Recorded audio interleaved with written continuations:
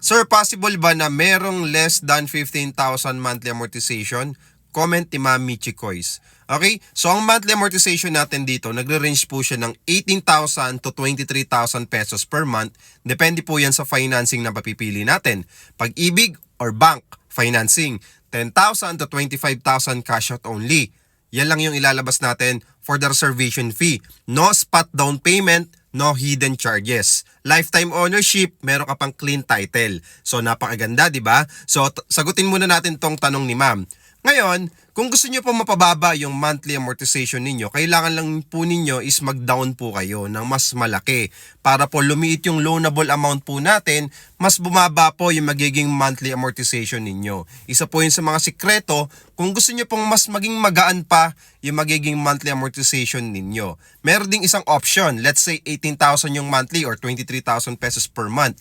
Pwede po kayo mag-advance to principal sa inyong loanable amount na kung saan mababawas mismo yung inyong ina-advance na walang interest. Okay? No applied interest. Ibig sabihin, mababawas talaga sa loan ninyo yung binabayad yung advance payment to principal. Huwag niyong sasabihin na advance to my monthly amortization. Ang sasabihin po natin, advance to principal. Para mabilis niyong matapos yung property nyo. What if, Sir Byron, paano yan kung 20 years to pay, 25 years to pay, 30 years to pay? Parang ang tagal, di ba?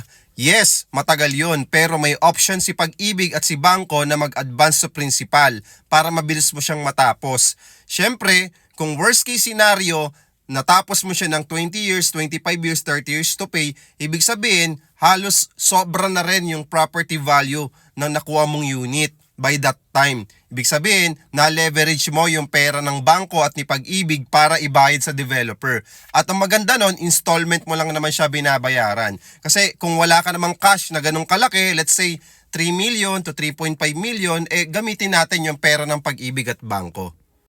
O di ba napapakinabangan natin yung Pag-ibig benefits at yung bank loan benefits natin? So kung gusto mo mag-inquire dito sa project na to, Ortigas Extension Pasig yung project, located lang ito sa napakalapit sa lahat. Okay? Mall, wet and dry market, hospital, schools, lahat ng kailangan mo, kompleto na dyan. Ikaw na lang ang kulang. Okay? Follow me and message me for more.